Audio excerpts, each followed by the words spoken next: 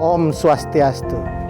Yayasan Purikawan Ubud menggelar Sastra Saraswati Sewana 2023 dengan tema Warige Usada Sidi. Tema ini dipilih karena Bali memiliki warisan sistem pengetahuan yang sangat luar biasa dari para leluhur Ide Betara Kawitan berupa sistem perhitungan waktu atau warige dan ilmu pengobatan atau usada. Untuk itu kami menyelenggarakan Festival Warige Usada Sidi dari tanggal 6 sampai dengan 12 Juli 2023 di Taman Baca Sanggingan Ubud. Festival ini akan diisi dengan berbagai acara menarik seperti Temu Wirasa Penekun Warige, Usada Gocara, Warige dan Usada for Millennials, workshop Warige dan Usada serta pameran atau expo. Segera daftarkan diri melalui website www.warigeusadasidi.com. Sampai bertemu di Festival Warige Usada Sidi. Om Santi Santi Santi Om.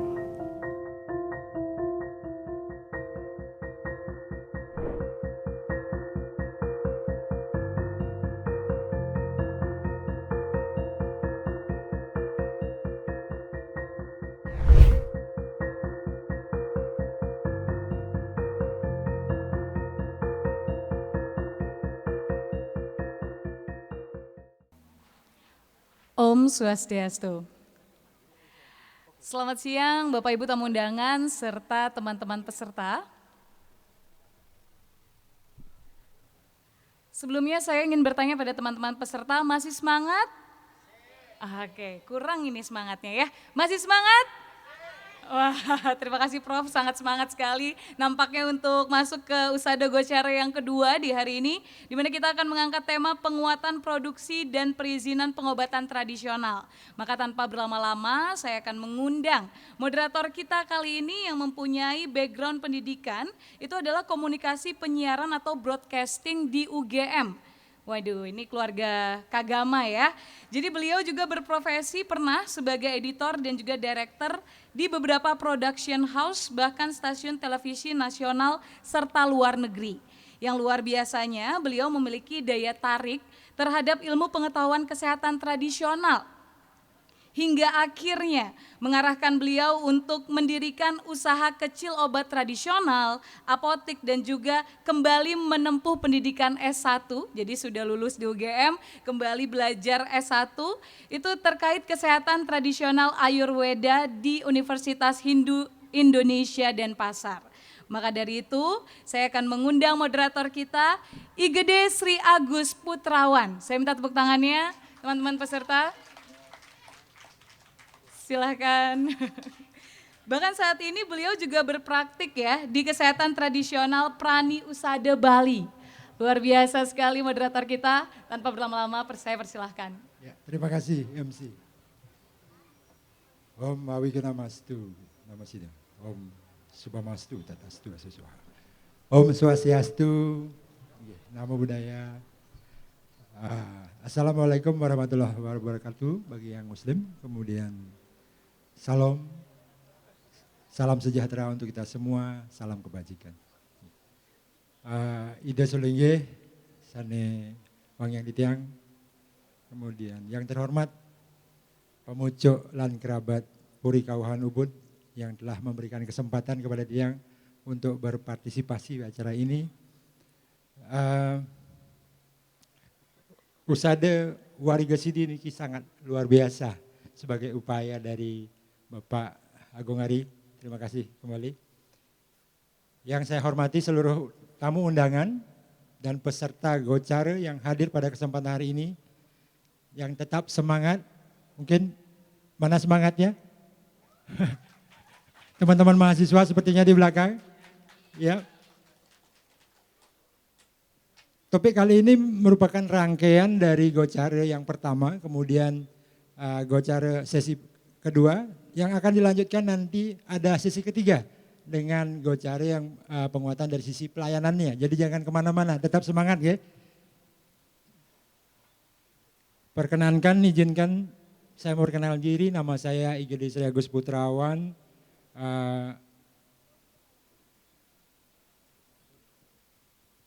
Sebagai pemahbah sesi kali ini, saya akan mengutip sebuah buku dari WHO Traditional Medicine Strategy 2014 ke 2023 bahwa WHO mengakui kontribusi kesehatan tradisional dan komplementer untuk kesehatan dan kesejahteraan yang berpusat pada perawatan manusia dan cakupan kesehatan universal yang berupaya membawa pengobatan tradisional ke dalam sistem perawatan kesehatan primer. Nah, yang secara efektif dan di atas segalanya adalah safety atau keamanan dan efikasinya. Dalam konteks kesehatan tradisional tersebut, maka untuk memastikan keamanan produk-produk juga modalitas terapi dari praktisi USADA, penting bagi kita memiliki regulasi perizinan yang tepat. Perizinan ini akan memastikan keamanan bagi konsumen, juga memberikan perlindungan kepada produsen dalam upaya penguatan produksi obat serta pelayanan tradisional yang dapat diterima secara luas, dan tentunya hal ini juga membantu meningkatkan kepercayaan masyarakat terhadap kesehatan tradisional USADA Bali. Untuk membahas lebih lanjut mengenai aspek safety, keamanan dan efikasi tersebut, kali ini kita sudah kedatangan narasumber yang sangat berkompeten. Yang pertama saya undang Ibu DRA Desa Ketut Andika Andayani Apoteker. Beliau adalah Ketua Tim Pemeriksaan Balai Besar POM di Denpasar. Silakan Ibu menempati tempat yang sudah disediakan.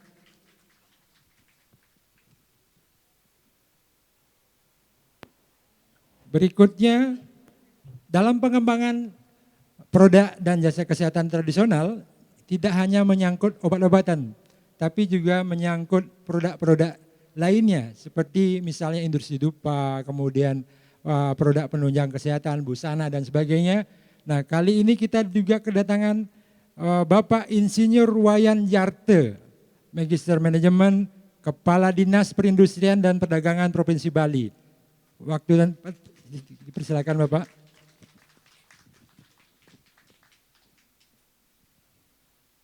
Dalam aspek regulasi, tata cara pengobatan tradisional yang menyangkut modalitas terapi dan praktisi USADA, nah telah hadir juga bersama kita Ketua DPP Asosiasi Penyehat Tradisional Bali, Gotre Pengusada Bali, Bapak Dr. Putu Sute Satnyana, SH.MH. Tempat dipersilakan Bapak.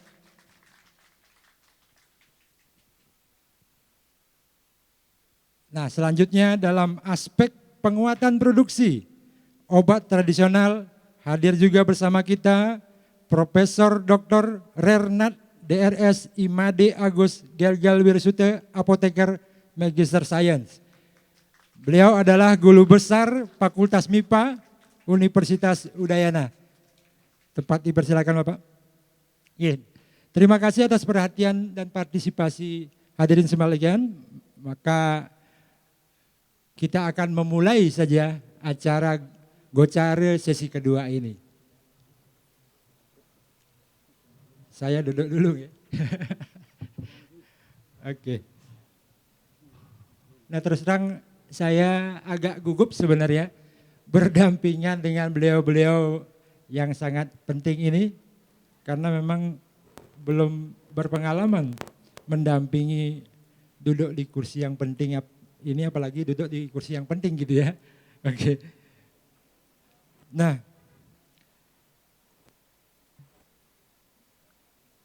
kita mulai saja acara Gocare sesi kedua ini, dan dalam 1,5 jam ke depan pemaparan dari masing-masing narasumber selama 20 menit. Kemudian setelah itu kita akan adakan sesi tanya jawab dengan membuka 2 pertanyaan. Materi ini cukup menarik Ibu, karena ini di lapangan ini biasanya menjadi hal yang sering ditanyakan ketika kita pengembangan produk dari industri kecil. Terkadang izin itu dianggap memberatkan gitu ya, sedangkan di lain pihak izin dan regulasi ini sangat penting begitu untuk menambah kepercayaan penggunaan atau kepercayaan dari masyarakat terhadap kesehatan tradisional itu sendiri. Oke. Tanpa memperpanjang waktu, kami persilakan Ibu Desa Ketut Andika Arnyani untuk memaparkan materi pertama. Di waktu dan tempat dipersilakan.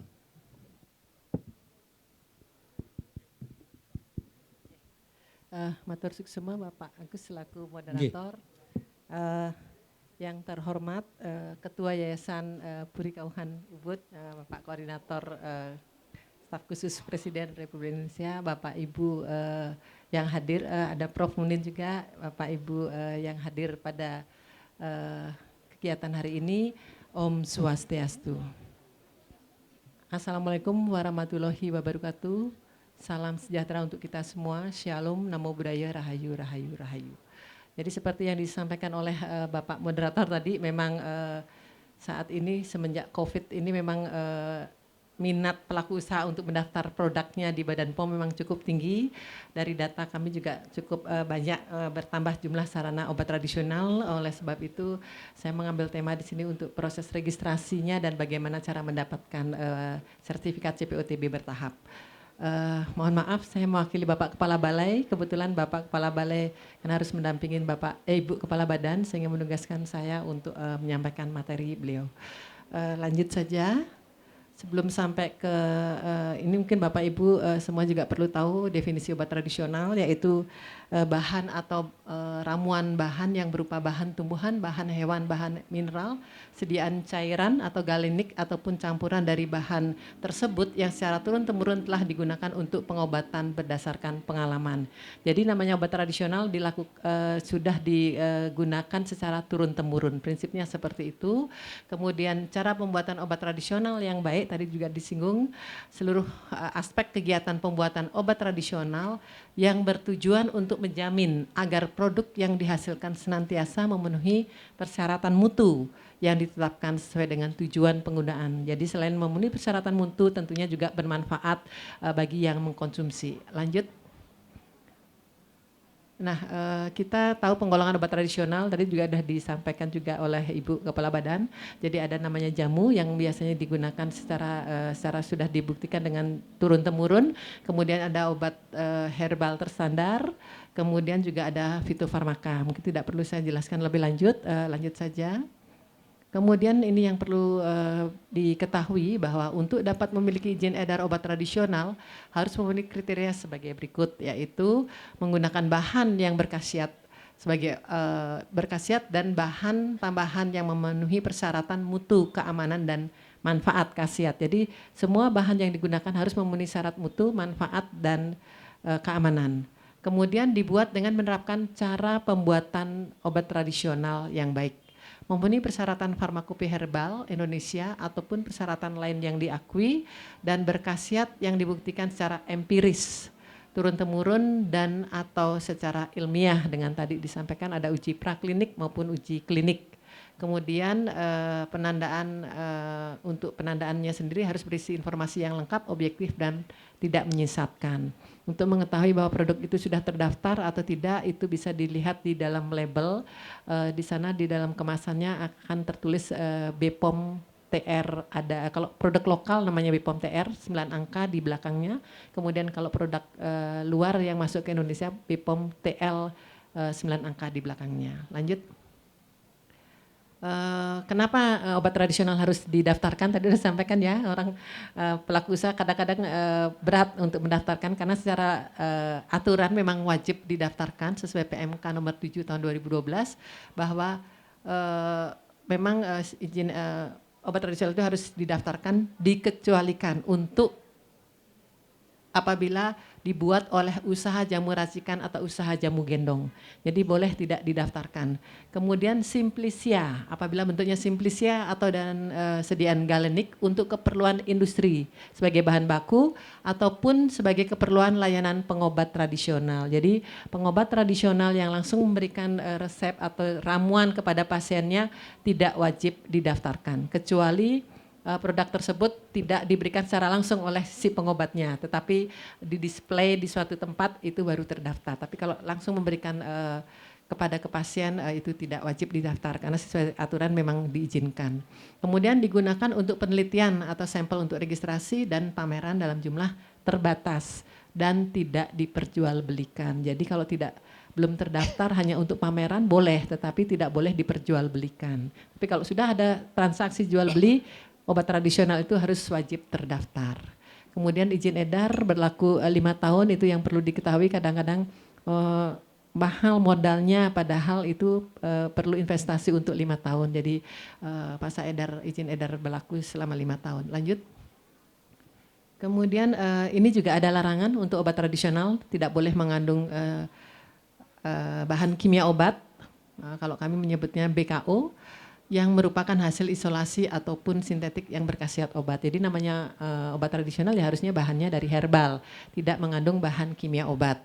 Kemudian yang kedua dalam bentuk intravaginal, tetes mata, sediaan parenteral maupun suppositoria atau kecuali untuk obat pasir. Jadi masih sering kita temukan iklan-iklan yang menyatakan bahwa ada obat tetes mata yang berasal dari obat tradisional. Secara aturan sebenarnya sediaan tetes mata tidak boleh sebagai obat tradisional karena untuk tetes mata sendiri persyaratannya sangat ketat untuk obat kimia. Jadi tidak dibenarkan untuk membentuk sediaan tetes mata untuk obat tradisional. Kemudian dalam bentuk cairan obat dalam yang mengandung etil alkohol dengan kadar lebih dari 1%.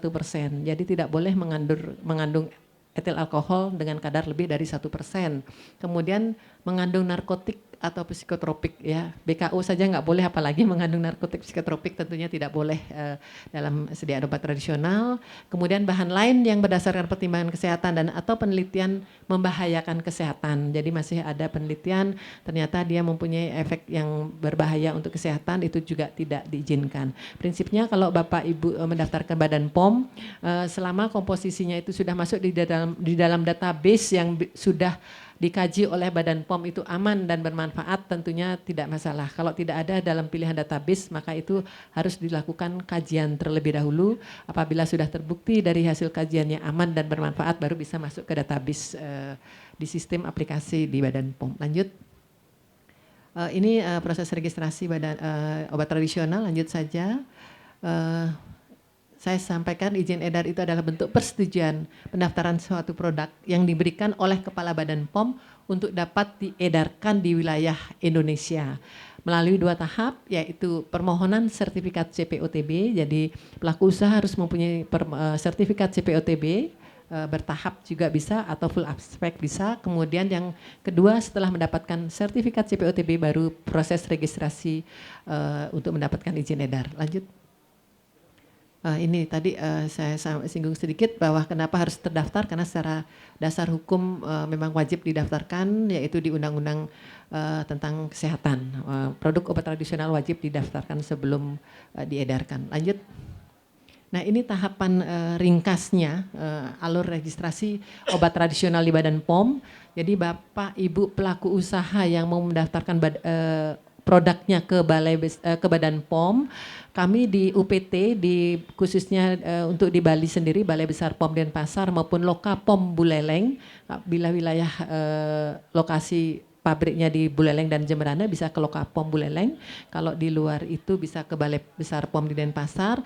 Ada tahapan konsultasi, di mana pada saat konsultasi itu yang dikonsultasikan adalah denah bangunan, kemudian dokumen-dokumen yang harus dipersyaratkan, dan perizinan-perizinan yang diperlukan. Di sana kami sudah punya fasilitator yang sudah dilatih, yang paham teknisnya, dan kami juga membuka WA khusus untuk layanan, karena tentunya lebih gampang berkonsultasi lewat WA karena bisa mengirim contoh formulir dan sebagainya. Setelah konsultasi selesai dan disetujui oleh fasilitator, maka pelaku usaha bisa mendaftarkan lewat OSS RBA, sekarang semuanya sesuai OSS RBA, kemudian dilakukan sertifikasi, kan akan masuk ke sistem Asrot kami, nanti timeline kami 10 hari kerja, kami akan turun untuk mengaudit persiapan dari sarana atau fasilitas yang disiapkan oleh pelaku usaha. Kemudian setelah kami periksa, apabila masih ada temuan, maka diberikan waktu 30 hari kerja untuk memperbaiki temuan tersebut. Kenapa setiap pelaku usaha harus konsultasi? Karena ini ada batasan perbaikan hanya 30 hari kerja. Kalau dokumen kekurangan masih cepat bisa diperbaiki, tetapi kalau bangunan tentunya perlu waktu yang lebih lama. Oleh sebab itu disarankan, dianjurkan Bapak Ibu untuk berkonsultasi untuk rencana layout bangunan untuk tempat pembuatan obat tradisional, sehingga tidak memakan waktu seandainya nanti ada temuan saat kita audit. Seperti itu. Kemudian kalau sudah ada perbaikan berupa CAPA, kemudian akan terbit rekomendasi dari balai. Itu di sistem OSS RBA nanti akan terbit sertifikat CPOTB bertahap. Dari sertifikat CPOTB bertahap inilah dilakukan proses registrasi ke Badan POM. Jadi Balai Besar POM di Denpasar tahapannya sampai di penerbitan rekomendasi CPOTB seperti itu. Selanjutnya ke bawah adalah di Badan POM. Nah ini Bapak Ibu konsultasi denah bangunan dan kelengkapannya dalam rangka registrasi Badan POM. Bapak Ibu bisa menghubungi baik di Bitly, di aplikasi, karena Bapak Ibu tidak perlu datang langsung ke kantor, karena kasihan yang dari Karangasem, dari jauh-jauh, cukup melalui Bitly. Yang penting data yang diisi dilengkapi dengan nama, kemudian nama alamat perusahaan tempat produksi, produk yang akan dibuat, kemudian nomor WA yang akan dihubungin, karena ada juga yang memasukkan nomor WA yang tidak bisa kita hubungin, terus marah-marah, BPOM nggak ngasih respon, padahal WA-nya yang tidak aktif. Nah itu kami selalu ingatkan, tolong WA yang aktif dan setiap saat bisa dihubungi, kemudian upload gambar denah layout. Denah layout tidak harus yang bagus seperti arsitek, tidak, cukup dengan kertas gambar kertas putih HVS itu digambar pakai garis-garis ruangan apa-apa, nanti akan kami bantu sehingga mengikuti seperti GMP tadi disampaikan, jadi cara pembuatan obat tradisional yang baik. Kemudian alur pembuatan produk yang akan didaftarkan, dan yang kami ingatkan lagi Bapak Ibu supaya kalau bisa untuk registrasi atau proses konsultasi, Bapak Ibu atau penanggung jawab teknis yang berkonsultasi. Tapi kalaupun terpaksa menggunakan pihak ketiga, kami biasanya minta surat pernyataan atau surat kuasa, karena jangan sampai pihak ketiganya lari sementara perizinan nggak dapat. Dan kemudian kami sampaikan juga Bapak Ibu bahwa untuk obat tradisional ini, karena termasuk sediaan farmasi, untuk proses registrasi itu harus mempunyai penanggung jawab teknis. Yang ini yang sering menjadi kendala saat mereka mengajukan proses perizinan di Badan POM. Karena obat tradisional bukan seperti makanan yang tidak perlu penanggung jawab teknis, tetapi ini obat tradisional adalah sediaan farmasi yang memang hanya orang yang punya kewenangan yang boleh menjadi penanggung jawab. Untuk obat tradisional sendiri penanggung jawabnya minimal di 3 farmasi atau TTK ya, tenaga teknis kefarmasian, bisa di 3 farmasi atau S1 farmasi minimal, tergantung bentuk sediaannya. Kalau bentuk sediaannya kapsul, kemudian bentuk yang lainnya itu nanti kami jelaskan, itu harus apoteker. Jadi minimal di 3 farmasi. Nah ini yang kendalanya Bapak Ibu selama ini. Kenapa susah mendaftar di Badan POM di 3 farmasi ini yang akhirnya keberat pelaku usaha belum bisa meng-hire setiap bulan untuk memberikan jasa profesi untuk di 3 farmasi ini. Lanjut. Ini tadi sudah saya jelaskan, lanjut saja biar cepat karena waktunya terbatas. Nah ini proses integrasi aplikasi Asrot dengan OSS RBA. Bapak Ibu kalau sudah masuk di sistem OSS RBA, maka apabila sudah mempunyai NIB maka bisa langsung masuk ke sistem Asrot, tetapi kalau enggak harus mendaftarkan lewat OSS RBA untuk mendapatkan NIB. Selanjutnya akan terintegrasi dengan sistem Asrot kami di Badan POM. Secara ringkas seperti itu, kemudian lanjut. Nah setelah masuk ke dalam sistem Asrot, Bapak Ibu yang sudah konsultasi tadi mengajukan permohonan untuk TB bertahap, kemudian sudah dapat rekomendasi inilah yang nanti masuk ke dalam sistem ini. Jadi dimasukkan di dalam OSS RBA, kemudian dapat ID, jadi ID untuk masuk ke sistem, kemudian proses login, kemudian di sini akan diminta inputan data yang dibutuhkan persyaratan, ya, yang sudah tentunya dikonsultasikan. Salah satu komposisi yang harus diinput karena di Bali, jadi pengalaman kami di Bali kita kan percaya dengan angka-angka keramat ya Pak. Jadi ada yang memasukkan komposisi 108 jenis gitu, karena satu skutus ya angkanya itu harus diinput satu-satu. Oleh sebab itu semakin banyak komposisi semakin lama dievaluasi, karena setiap bahan harus dievaluasi masing-masing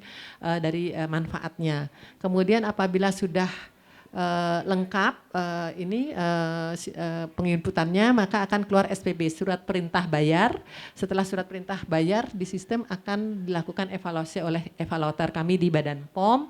Apabila ada data yang kurang atau perlu ditambahkan, maka akan tiktokan, akan disampaikan by email yang aktif, kemudian diperbaiki sampai akhirnya sesuai dengan data yang dibutuhkan dan disetujui, maka akan keluar surat izin edar untuk obat tradisional. Secara ringkas seperti itu registrasinya. Lanjut.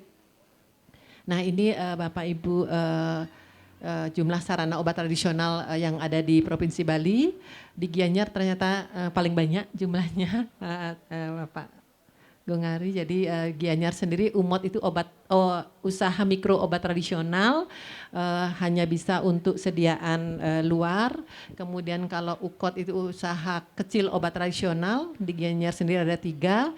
Kemudian IOT-nya tidak ada, kemudian total sarana ada 11 dan 11-nya sudah terdaftar, sudah mempunyai izin edar di Badan POM. Untuk ini yang IOT ini sebenarnya jumlahnya 1, yaitu Bokasi, tapi karena punya 2 pabrik, kami karena ada Balai POM Denpasar dan Lokapom Buleleng, jadi kami menilai punya sarana 1. Memang pabriknya 1 ada di Buleleng, 1 ada di Denpasar, sehingga sebenarnya IOT ini ada 1 saja Bokasi, tetapi 2 pabrik Denpasar dan Singaraja. Jadi total yang ada di Bali jumlahnya ada 53, di Gianyar sendiri ada 11 sarana. Ini yang sudah mempunyai izin edar, tetapi yang masih konsultasi banyak gitu, seperti itu. Lanjut. Nah, kami punya program pendampingan UMKM seperti yang di programnya Bapak Presiden, bahwa kita harus mengutamakan UMKM. Sudah dari tahun 2020 kami pendampingan, walaupun saat itu belum ada program khusus dan tidak ada target, tetapi kami sudah mendampingin. Salah satu programnya selain memberikan konsultasi, kami juga salah satu persyaratan untuk registrasi di Badan POM itu adalah ada hasil uji yang nilainya, yang biayanya cukup mahal. Tadi sudah disampaikan juga sama Ibu, pendaftaran juga untuk UMKM ada diskon. Untuk biaya uji ini kami fasilitasi dengan memberikan gratis minimal 1 sampel gitu. Sebagai orang Bali bilang sebagai pegarus, mana yang paling laku itu dulu didaftarkan, kami bantu dengan biaya uji yang gratis, karena biaya uji untuk pendaftaran itu wajib di laboratorium yang terakreditasi. Ini yang cukup mahal dan kami dampingin dan kami biayain untuk biaya ujinya. Tahun 2020 masih 8 yang kami dampingi, kemudian tahun 2021 ada 20, kemudian 2022 ada 16, tahun 2023 ini masih bulan Juni baru ada 7 yang kami dampingi untuk proses registrasi di Badan POM dan hasil uji labnya. Ya, jadi lumayan dapat membantu meringankan dari UMKM yang berniat untuk mendaftarkan produknya di Badan POM. Lanjut. Untuk ini yang sampaikan cara pembuatan obat tradisional yang baik dengan lanjut. Ada 12 aspek tadi sudah dijelaskan, lanjut saja. Nah itu mengapa menerapkan CPOTB, pelaku usaha wajib menerapkan CPOTB dari segi aspek perlindungan konsumen ini untuk menjamin bahwa produk yang dikonsumsi itu adalah aman, bermutu dan bermanfaat tentunya sesuai harapan konsumen terhadap produk yang dihasilkan oleh para pelaku usaha. Kemudian aspek dari pelaku usaha sendiri adalah untuk memastikan bahwa produk yang dihasilkan itu bernilai jual dan berdaya saing dengan pesaingnya ya, apalagi dalam kondisi globalisasi sekarang ini kita bisa bersaing obat tradisional dengan obat-obat modern. Kemudian sebagai tanggung jawab moral pelaku usaha terhadap keamanan produk yang dihasilkan. Jadi pelaku usaha mempunyai tanggung jawab juga terhadap keamanan mutu dan manfaat produk yang dihasilkan, kemudian membangun dan meningkatkan citra dari perusahaan. Kemudian aspek regulasi, kita sebagai regulator tentunya memastikan bahwa obat tradisional yang diproduksi di sarana produksi itu adalah legal dan penuhi standar sesuai peraturan yang berlaku. Jadi mengapa harus menerapkan CPOTB? Alasannya seperti itu. Lanjut. Kemudian dari Badan POM sendiri ada kebijakan terhadap untuk memperoleh sertifikat CPOTB. Kalau sebelumnya harus memenuhi full aspek semua aspek harus dipenuhi, tetapi untuk saat ini adalah ada penerapan aspek CPOTB yang dilakukan secara bertahap untuk industri UMOT maupun UKOT. Jadi usaha mikro maupun usaha kecil obat tradisional mempunyai dapat kebijakan untuk mendapatkan sertifikat CPOTB secara bertahap. Lanjut. Nah ini tahapnya untuk tahap 1 itu adalah lebih ditekankan pada penilaian terhadap aspek sanitasi dan higienitas dan dokumentasi. Jadi tahap 1 yang penting memenuhi sanitasi dan higien, kemudian dokumentasinya oke, akan keluar sertifikat CPOTB bertahap. Kemudian tahap kedua ditambahkan lagi aspek yang ditambahkan yaitu manajemen mutu, produksi, pengawasan mutu, cara penyimpanan dan pengiriman. Setelah itu tahap ketiga baru seluruh aspek harus dipenuhi. Selanjutnya bisa mengajukan sertifikat CPOTB bertahap, sertifikat CPOTB full aspek. Lanjut. Masa berlaku sertifikat CPOTB bertahap ini selama 3 tahun. Kalau tadi izin edar selama 5 tahun, sertifikat CPOTB bertahap ini 3 tahun. Dan itu bisa diperpanjang untuk UMOT sendiri ya bisa dilakukan 3 kali pada tiap tahapan UMOT. Kemudian kalau UKOT yang mempunyai produksi kapsul atau sediaan cairan obat dalam dapat 2 kali memperpanjang CPOTB bertahapnya. Kemudian untuk UKOT yang tidak memproduksi itu sama dengan UMOT bisa 3 kali mengajukan permohonan CPOTB bertahap. Artinya tidak harus langsung full aspek, cukup dengan bertahap saja sampai 3 kali mengulang kalau memang belum siap dengan full aspek. Lanjut. Ini pembagian dari sarana produksi obat tradisional, tadi sudah saya sampaikan. Ada kategorinya IOT, industri obat tradisional, kemudian ada IEBA, industri ekstrak bahan alam, ya jadi produk yang menghasilkan ekstrak yang rencananya P4TO Pak Prof. Gel-Gel ya di Karangasem akan berproduksi sebagai IEBA. Kemudian UKOT, usaha kecil obat tradisional, kemudian UMOT, usaha mikro obat tradisional, di mana di sini untuk bentuk sediaannya, kalau IOT itu semua bentuk sediaan bisa, tetapi kalau untuk UKOT hanya bentuk sediaan obat tradisional kecuali obat tablet, efervescen, suppositoria, kapsul lunak, dan aerosol. Kemudian kalau UMOT adalah untuk sediaan obat luar. Kemudian penanggung jawabnya apoteker, kemudian untuk UKOT sendiri bisa di 3 farmasi tergantung bentuk sediaannya. Kemudian ini harus full abstrak, mungkin udah lanjut saja. Mohon izin Ibu, waktu 20 menit kita beri tambahan lagi 2 menit. Oh boleh, terima kasih.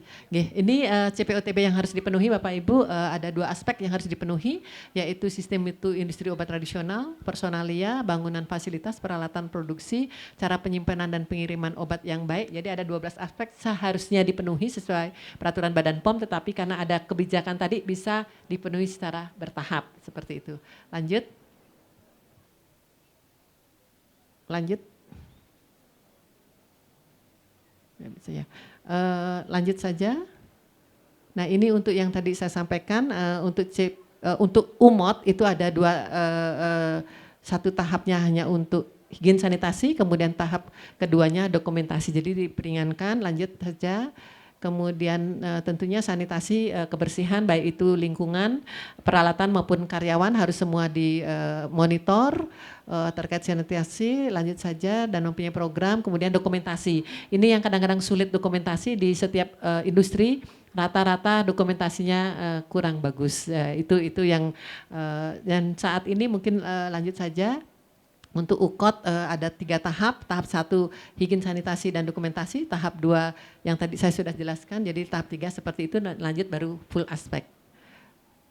penjelasannya secara manajemen mutu harus punya kebijakan mutu, ada visi misi dan lain sebagainya. Ini dokumentasinya, lanjut saja. Kemudian produksi harus menerapkan CPOTB yang tadi sudah kami sampaikan, ada 12 aspek. Kemudian produksi adalah mengikuti prosedur yang telah ditetapkan. Jadi setiap industri saat Bapak Ibu konsultasi sudah dibuatkan SOP dan IKA, dan selanjutnya pengawasan mutu harus rutin dilakukan, salah satunya dengan hasil uji. Setiap produknya harus ada hasil ujinya, ada tahapannya. Lanjut, cara penyimpanan pengiriman juga diatur di dalam CPOTB ini, harus dipenuhi, dan ada sistem FIFO, first in first out, seperti itu.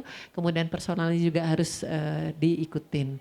Lanjut, bangunan fasilitas dan peralatan harus desain dan tata letaknya diatur, jangan sampai terjadi kontaminasi silang. Prinsipnya seperti itu, arah manusia karyawan masuk maupun bahan harus dipisahkan prinsipnya. Dan yang kami ingatkan Bapak Ibu, barangkali tidak semua bangunan yang didaftarkan di Badan POM harus dalam bentuk bangunan yang industri, yang skala industri, tapi bisa juga UMKM di rumah, yang penting akses masuk ruang produksi pengolahan tidak bercampur dengan akses masuk di rumah tangga. Prinsipnya seperti itu, kami siap mendampingi Bapak Ibu apabila yang berminat untuk mendaftarkan di Badan POM. Mungkin itu yang dapat saya sampaikan, Pak Moderator. Terima kasih, waktunya sudah diberi tambahan. Beri aplaus. Terima kasih.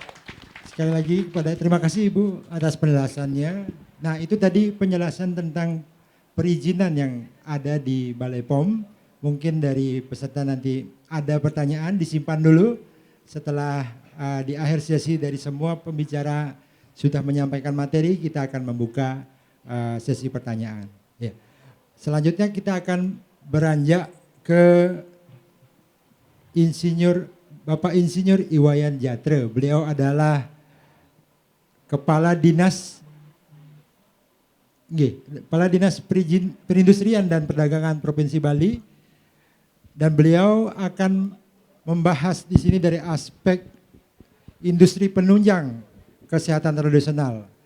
Nah, bagaimana mengenai regulasinya, kemudian perizinannya yang menyangkut industri penunjang pengobatan tradisional tersebut. Langsung saja kita sambut Bapak Insinyur Wayan Jarte, Magister Manajemen. Waktu dipersilakan Bapak.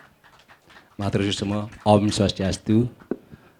Ratu Ketua Yayasan Perikawahan Ubud yang ditiang Atu Sulingge Kendaraan Penglistir dan Islamian, teman-teman para narasumber, Prof. Begel, Ki Penglistir dan Prof. Saguna, dan khususnya tentu pada mahasiswa Mekasami yang hadir pada kesempatan ini. Saat ini mungkin ditiang sesungguhnya apa yang disampaikan oleh BPOM itu sudah hampir semua materi yang harus diketahui bersama-sama karena berkaitan dengan perizinan. Namun demikian ada beberapa hal berkenaan dengan pengobatan tradisional atau obat tradisional ini ingin kami sampaikan berkenaan kebijakan pemerintah Provinsi Bali. Oleh karena itu lanjut, visi misi yang kira teman-teman sudah memahami semua, visi Gubernur Bali tahun 2018-2023, lanjut saja. Nah, kami ingin menukik ke misi. Jadi kami di Disperindak Provinsi Bali gitu, dalam kaitan dengan visi misi Gubernur Bali ada tiga misi yang menjadi concern kami di Disperindak. Yang pertama yaitu memastikan terpenuhinya kebutuhan pangan, sandang dan papan dalam jumlah dan kualitas yang memadai bagi kehidupan kerama Bali. Itu kami di dalamnya masuk di antaranya untuk sandangnya. Lebih fokus ke situ. Kemudian misi ke-16 ini penting, membangun dan mengembangkan pusat-pusat perekonomian baru sesuai dengan potensi kabupaten kota di Bali dengan memberdayakan sumber daya lokal untuk mendukung pertumbuhan ekonomi dalam arti luas. Nah ini, jadi adanya kebijakan atau adanya giat untuk mengangkat warisan budaya kita, itu pengobatan tradisional dan produk-produk herbal, kemudian produk obat-obat tradisional ini, tentu ini bagian yang harus kita garap, yang harus kami garap sebagai sumber perekonomian, sebagai sumber pertumbuhan ekonomi di Bali. Inilah satu misi yang beliau canangkan oleh Pak Wayan Koster dalam era kepemimpinan beliau. Jadi salah satu diantaranya potensi alam, kearifan lokal yang ada melalui pengobatan tradisional dan obat-obat tradisional ini adalah bagian yang harus kita kembangkan secara konsisten dan berkelanjutan. Nah kemudian misi ketujuh membangun dan mengembangkan industri kecil dan menengah berbasis budaya atau branding Bali untuk memperkuat perekonomian Krama Bali.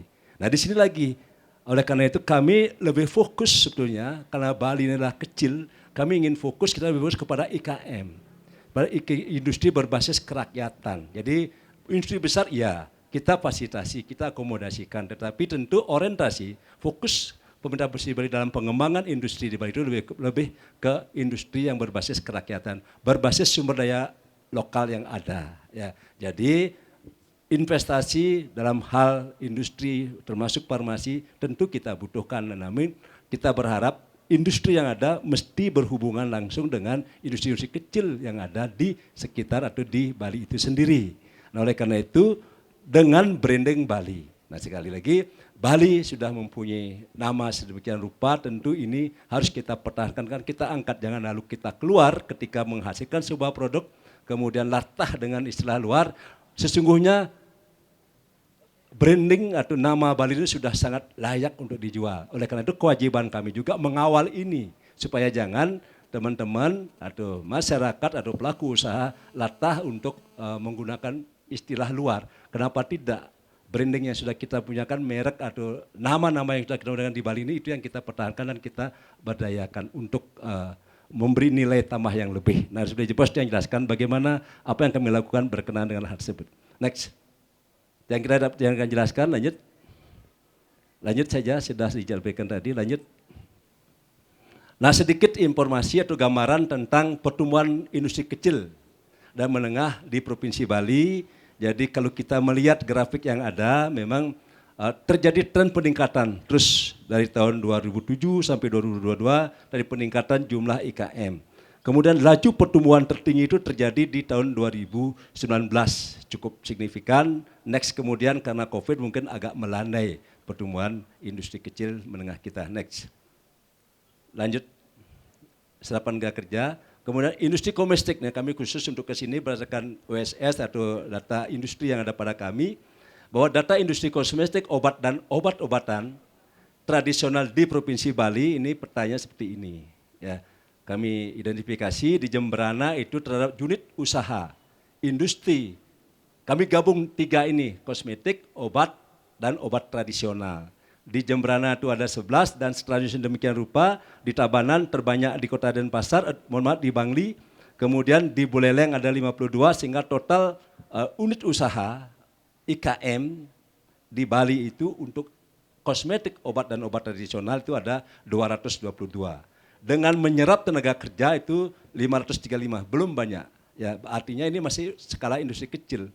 Menyerap tenaga kerja baru 535 dari 22, berarti satu unit usaha baru menyerap sekitar 1-2 orang. Artinya ini hampir semua industri ini adalah industri kecil yang ada di Bali yang teridentifikasi dalam data kami. Lanjut. Pertumbuhannya seperti itu ya, dari industri, jumlah industri kecil menengah dan tenaga kerjanya. Lanjut.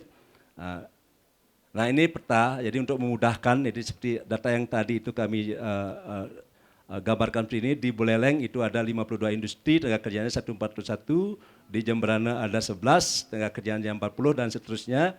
Itu data atau potensi yang ada di Bali yang masih sangat memungkinkan untuk dikembangkan lagi. Ya, lanjut.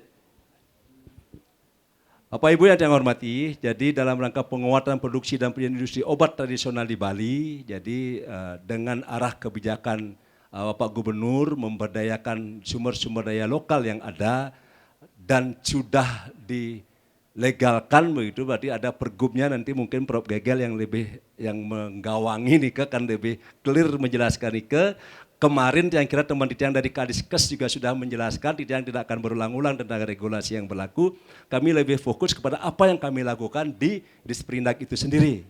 Jadi yang pertama, karena ini merupakan program yang memang jadi prioritas, dalam konteks ini kami selalu bergandengan dengan BPOM. Jadi apa yang disampaikan oleh Ibu Desak tadi, kita selalu bersinergi, mestinya cukup narasumbernya BPOM, tapi kami memperkuat lagi sedikit. Jadi kita seiring bersinergi dalam hal perkuatan ini, kami sendiri dalam hal perizinan pasti akan lebih banyak berkonsultasi dengan BPOM karena di situ ranah dari segi perizinannya sendiri. Tetapi bagaimana kita turun di bawah pembinaan kepada para pelaku usaha pra UMKM itu kita bersinergi. Kita bersinergi karena apa? Karena program di BPOM maupun di kami pasti dia inline dengan apa yang mesti menjadi sasaran kita bersama-sama.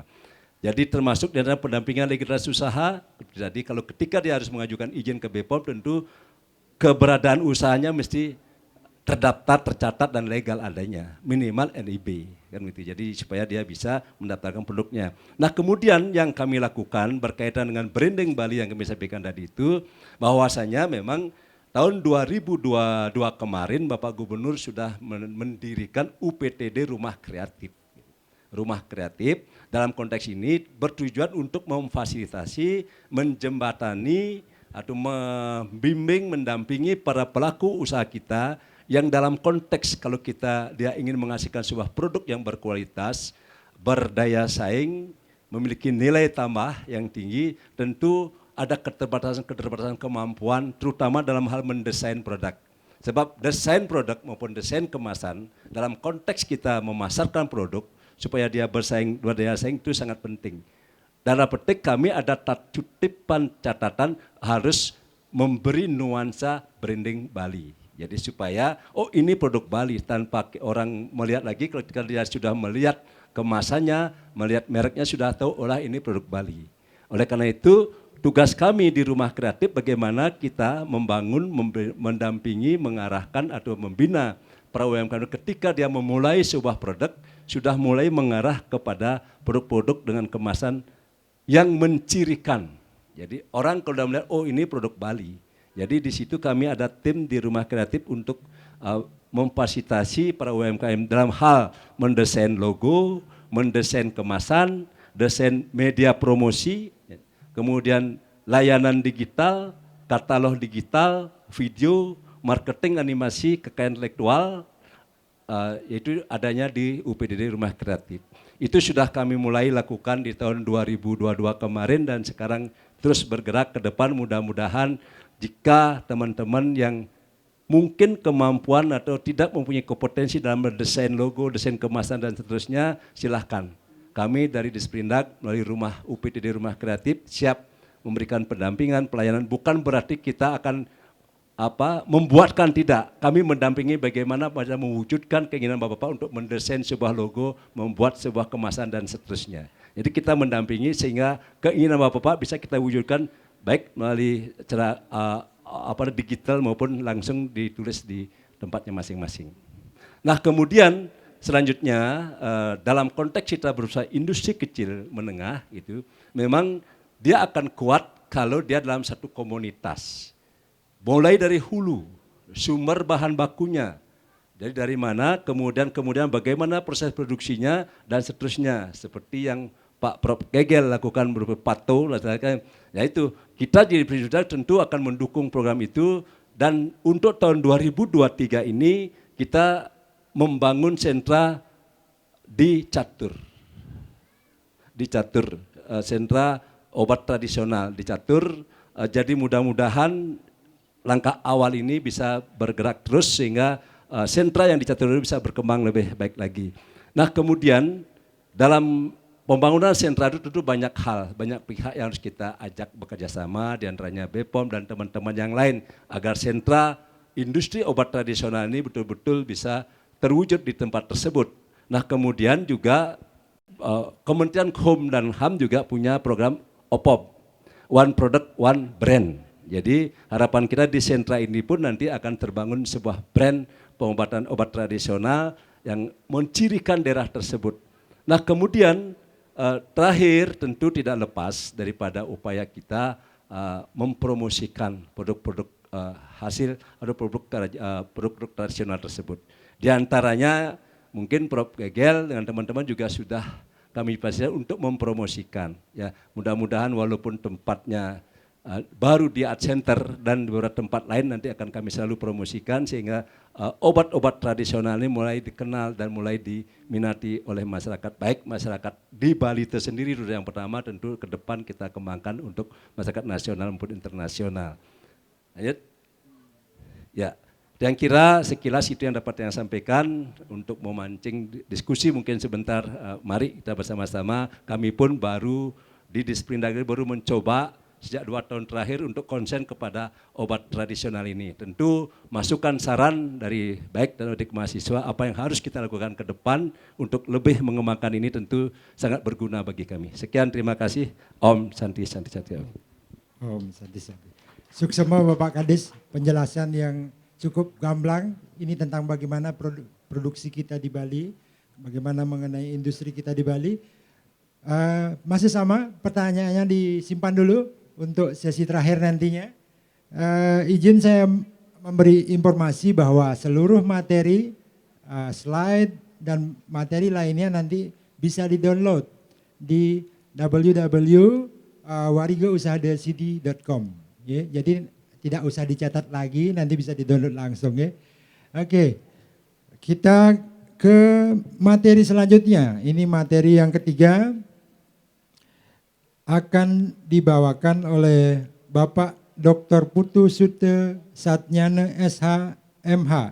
Beliau adalah Ketua DPP Asosiasi Penyehat Tradisional Bali, Gotra Pengusaha Bali. Profesi beliau advokat dan sekaligus penyehat tradisional empiris. Jadi beliau juga praktisi di sini. Selanjutnya beliau adalah doktor di bidang ilmu agama dan budaya dan saat ini sedang menyelesaikan doktor di bidang hukum khususnya di kesehatan tradisional, Pak Putunge. Ya, kalau Oke, beliau berasal dari Tabanan, dari Bajra, Pak Putunge, dari Bajra. Kemudian untuk memberikan wawasan terhadap para praktisi bagaimana regulasi yang ada mengenai Gotra Pengusaha Bali, kemudian bagaimana perizinan STPT dan sebagainya. Tanpa berpanjang waktu, kita langsung Pak Putu silakan menyampaikan, waktu dan tempat dipersilakan. Om Swastiastu. Selamat siang semuanya. Ratu Ido Begawan, terus Ratu Puri Kauhat, dan Bapak sekalian, Prof. Munin yang senior, ya, dari Ayurveda, Pak Wiranate, ya, dan teman-teman pembicara di sini sekalian. Jadi kehadiran saya ini di sini adalah bagian atau dari sisi praktisi, dari sisi pelaku pengobatan tradisional yang sekarang pengobat tradisional dikenal dengan nama penyehat tradisional. Bagaimana kaitannya dengan penguatan produksi dan perizinan pengobatan tradisional? Nah, di sini klik coba next ya ini. Jadi saya mengingatkan terutama untuk kalangan masyarakat bahwa kita kembali ke unsur kesejahteraan, filosofi dari bangsa kita dalam pembukaan Undang-Undang Dasar 45, bahwa kesehatan itu adalah bagian dari kesejahteraan yang dicita-citakan oleh negara kita. Lanjut. Kemudian ada praktisi, terutama di sini di pasal 28H ayat 1. Jadi setiap orang berhak untuk mendapatkan di situ di dalamnya terlihat lingkungan hidup yang baik dan sehat dan berhak memperoleh pelayanan kesehatan. Berhak ini merupakan hak. Kesehatan itu merupakan hak dari berlandaskan konstitusi, ya. Terus next. Nah, kalau kita mendengar istilah pengobatan tradisional, kemudian mendengar juga istilah apa itu? Complementary and Alternative Medicine atau CAM.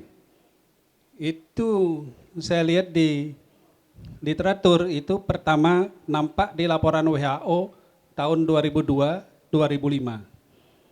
Di situ disebutkan tradisi pengobatan di negara-negara timur disebut pengobatan tradisional. Maka kita mengenal adanya istilah TCM, Traditional Chinese Medicine. Kemudian di negara-negara barat mereka belajar pengobatan tradisional ini dengan pendidikan formal. Maka disitulah timbul adanya complementary and alternative medicine. Nah, di Indonesia kita sebut dengan pengobatan atau pelayanan kesehatan tradisional komplementer. Mengacu kepada undang-undang kita, itu ada dua, jadi jenis pelayanan kesehatan tradisional kita.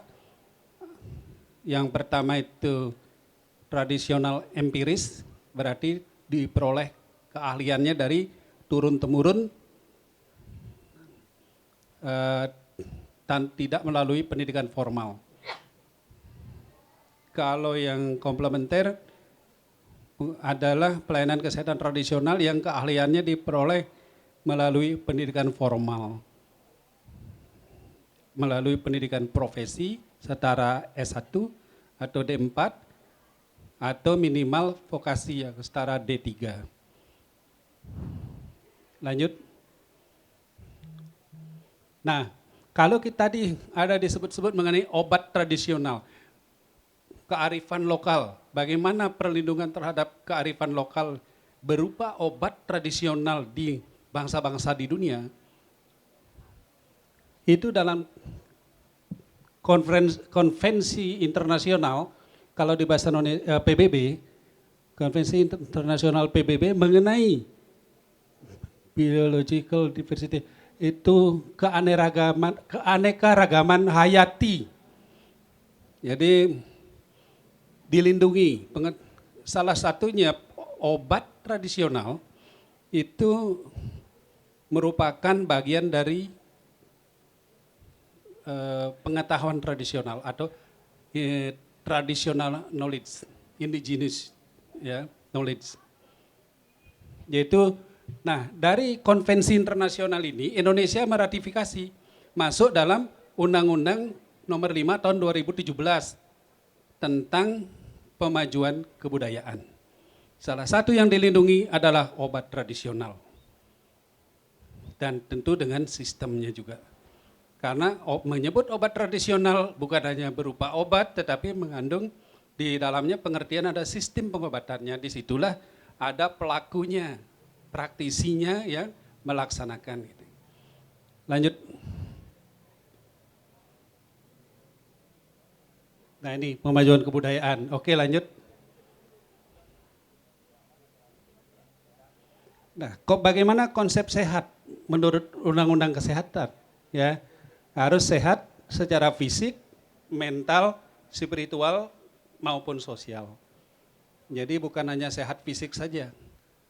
Jadi mental, spiritual juga harus sehat. Lanjut.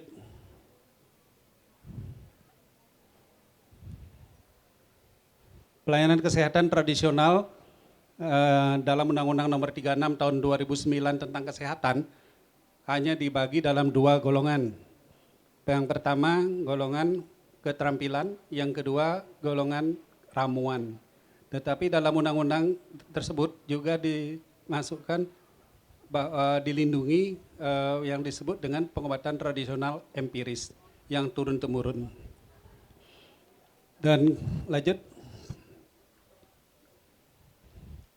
Dalam pelaksanaan dari Undang-Undang Nomor 36 Tahun 2009 tentang kesehatan itu, maka terbit juga Peraturan Menteri Kesehatan Nomor 61 Tahun 2016.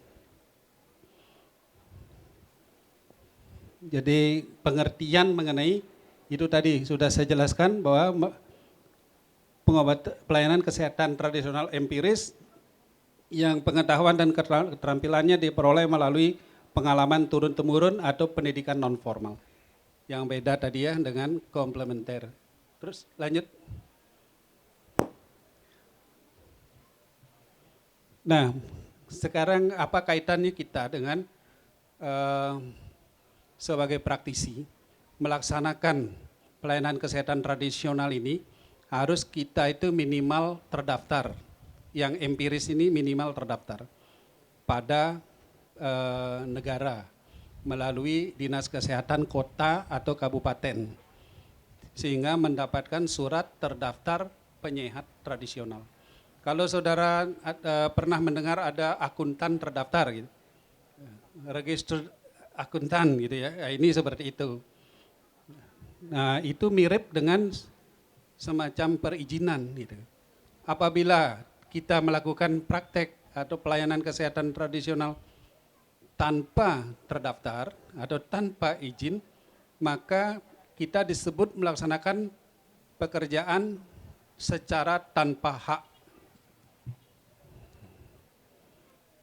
Kalau di Undang-Undang Narkotika, secara tanpa hak menggunakan narkotika untuk diri sendiri juga bisa dihukum gitu ya. Nah ini orang yang praktisi ini juga kalau anggota Gotra Pengusada Bali akan terikat kepada kode etik profesi. Tidak boleh melanggar kode etik profesi. Di situ kita ada pedoman perilaku dalam menghadapi klien atau pasien. Jangan sampai berbuat kesalahan karena klien itu yang merasa dirugikan boleh menuntut ganti kerugian.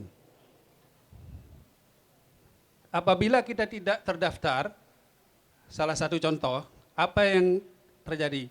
Berarti kita melakukan maladministration. Malpraktik administrasi. Jadi,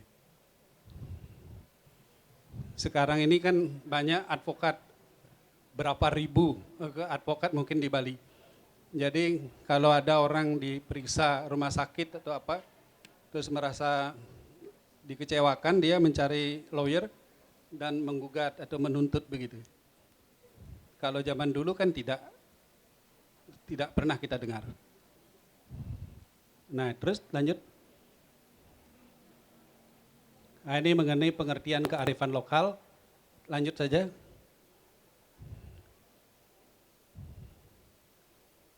Ya, sudah dijelaskan tadi.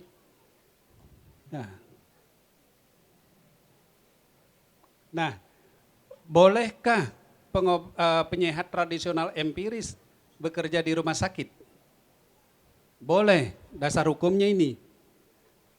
Surat edaran dari Kementerian Kesehatan ini, yang Kestrat untuk, nah di situ ada menyebutkan surat edaran ini tahun 2020 tentang penyelenggaraan pelayanan kesehatan tradisional untuk kebugaran atau wellness bagi pasien, pengunjung, dan SDM rumah sakit.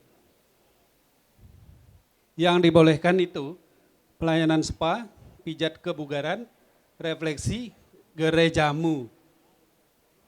Kalau gerai jamu ini tadi kaitannya dengan ibu dari BP POM itu, karena gerai jamu itu harus ada izin POM.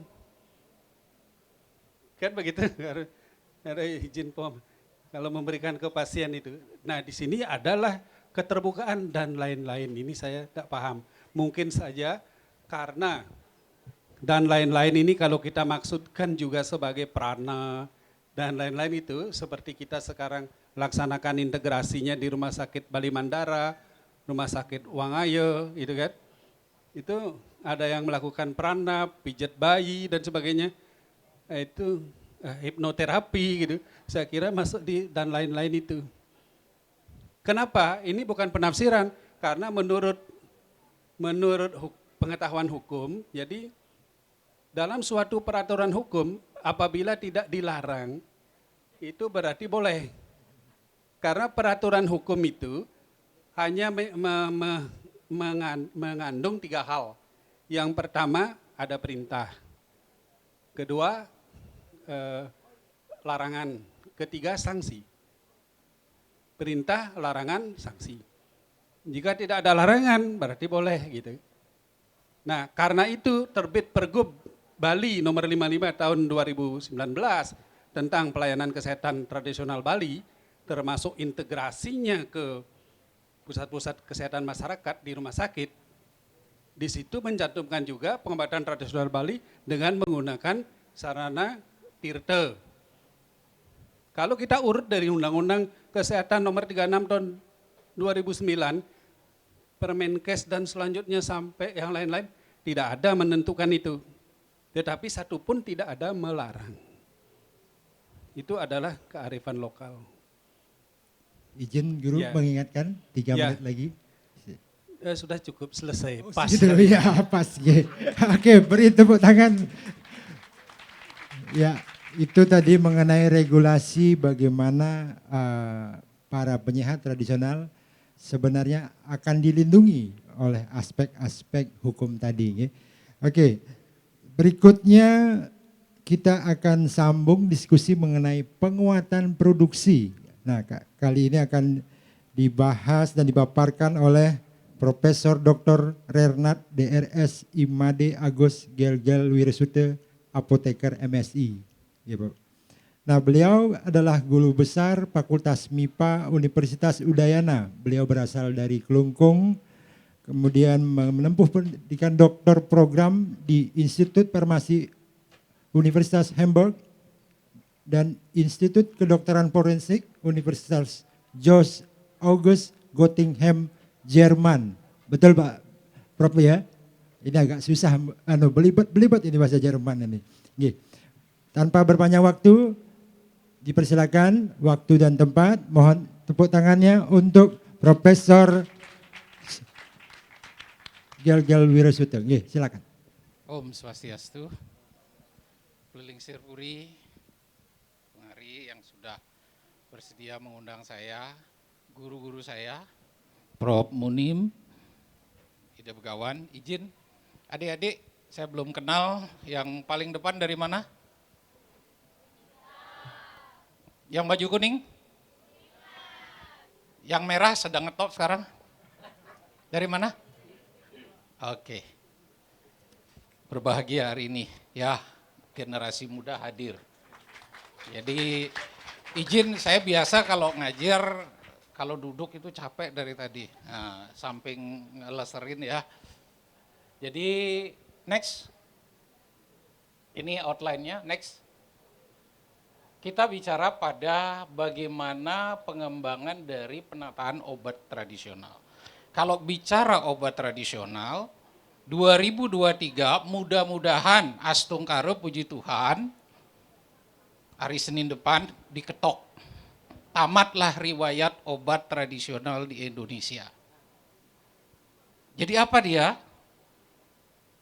Obat bahan alam. Jadi ide itu kita gali bersama staf ahli menteri. Nama tradisional ini mengikat dan mengangkat, tapi kita nggak bisa bergerak. Karena dia tradisi. Mau masuk ke rumah sakit, tradisi tuh. Nah, nggak bisa bergerak kita. Sehingga kita usulkan namanya adalah obat bahan alam. Jadi regulasinya yang kita tata dulu, yang kita rubah. Sehingga dia akan memberikan peluang bagi Indonesia menuju kepada kemandirian obat. Next.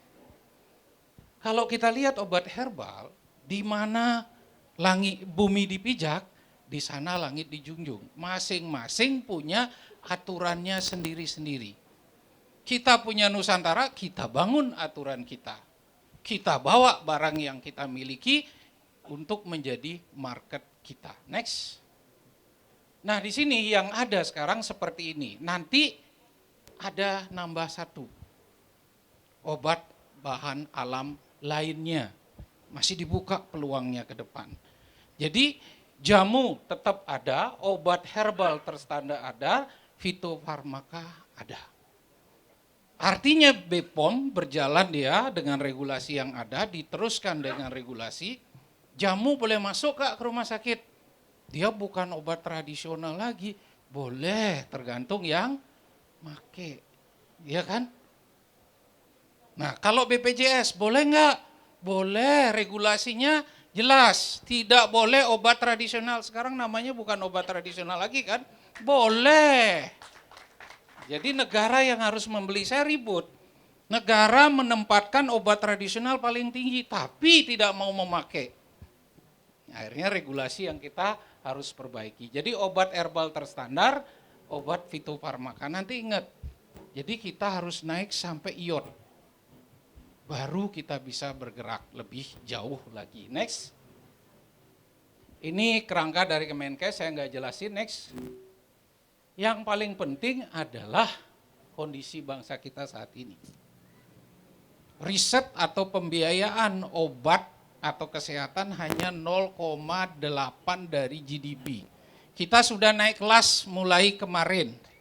Naik kelasnya bukan lagi negara berkembang, negara menengah. Mimpinya 13 tahun lagi, adik-adik umur berapa? Kita sudah berada di negara maju.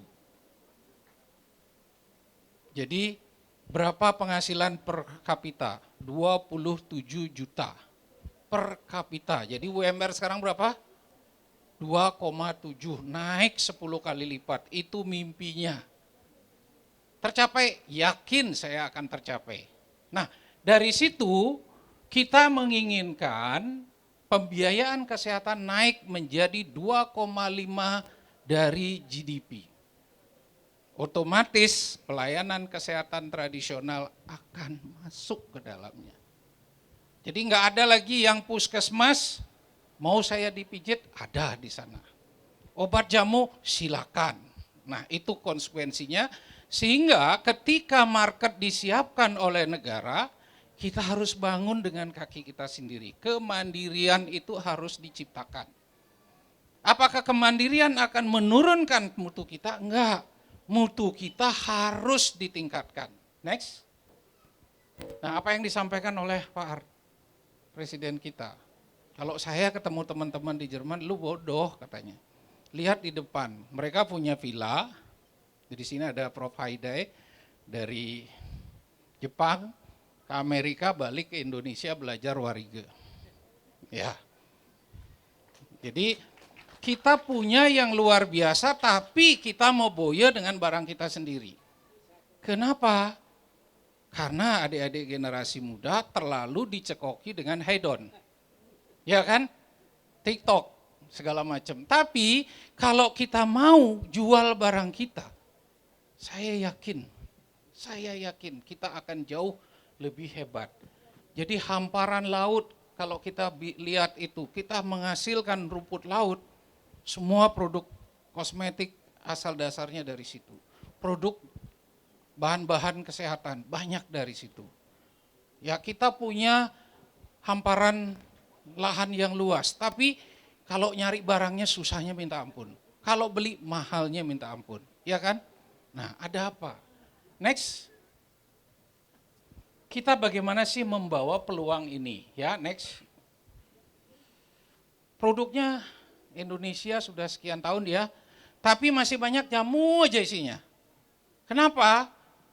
Ya karena UKM IKM isinya cuma bisa buat jamu. Saya mau nanya di sini, siapa ya rekan-rekan yang punya IKM UKM? Mulai tahun kemarin saya investasikan isi kepala saya ke UKM IKM untuk riset. You don't pay me. I bring my student to there. Tahun ini, jadi tahun kemarin, dari mahasiswa 31 orang yang MBKM, saya risetkan produk yang dia inginkan, ada 26 produk paten sederhana. Nggak usah bayar dia. Cuman izin, berikan mahasiswa kami kesempatan untuk belajar di sana. Saya akan bantu untuk membuat produk riset. Oke, next. Jadi ini mimpi dari Prof. Laksono, staf ahli menteri. Next, saya nggak paham. Yang terpenting di sini kita harus perlu pahami, ya. Ketika Prof. Ketut Adnyana ngiring Pak Dokter. Jadi sehat sakit, di tengah-tengah ada barrier yang namanya health disorder. Jadi itu selalu ada, ya adik-adik perlu pikirkan. Sehat, ya kita perlu terus sehat. Tapi jangan lupa ketika dia sakit perlu ada ruang yang, itulah ruang harus dipikirkan. Disitulah dia obat alam Indonesia atau obat herbal atau produk pelayanan kesehatan yang akan masuk banyak. Next. Lebih pentingnya di sini, USADI. Sengaja saya bagi. Yang kita kenal adalah USADE, untuk sakit. Yang tadi, yang nggak sakit taruh di mana? USADI. Siapa yang buat? Saya paksakan saya buat. Boleh kan? Boleh, saya profesor. Gitu aja, selesai kan? Jadi apa? USADI dia di preventif promotif. Nanti gerakannya wellness. Bagaimana orang untuk sehat? Di situ. Dunianya besar sekali.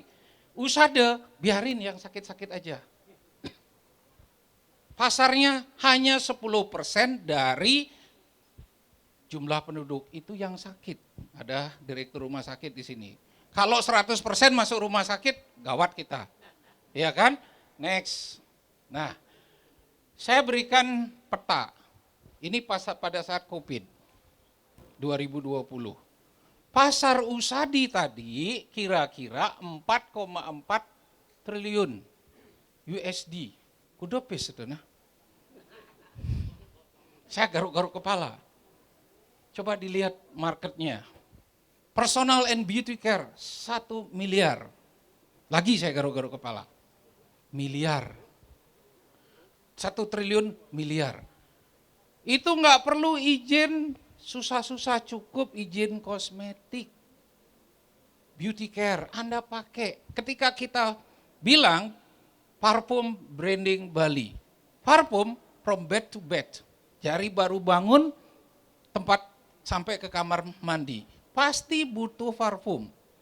Saya tanya adik-adik, setiap hari butuh kosmetik berapa duit? Paling tidak 200.000 kan? 1 bulan. Obat paling banter. Kalau sakit doang tali. Begitu perbandingannya. Sehingga yang kita ingin ambil itu adalah di produk wellness. 4,4 T.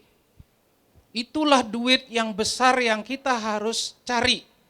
Bali, penduduk Bali 4,5 juta. Tamu yang datang 15 juta. Bali ini gerai. Tapi adik-adik manfaatkankah untuk itu? Itu. Ini yang kita lupa memanfaatkan kalau kita orang datang ke Bali tapi pulang ditemani sama Bali.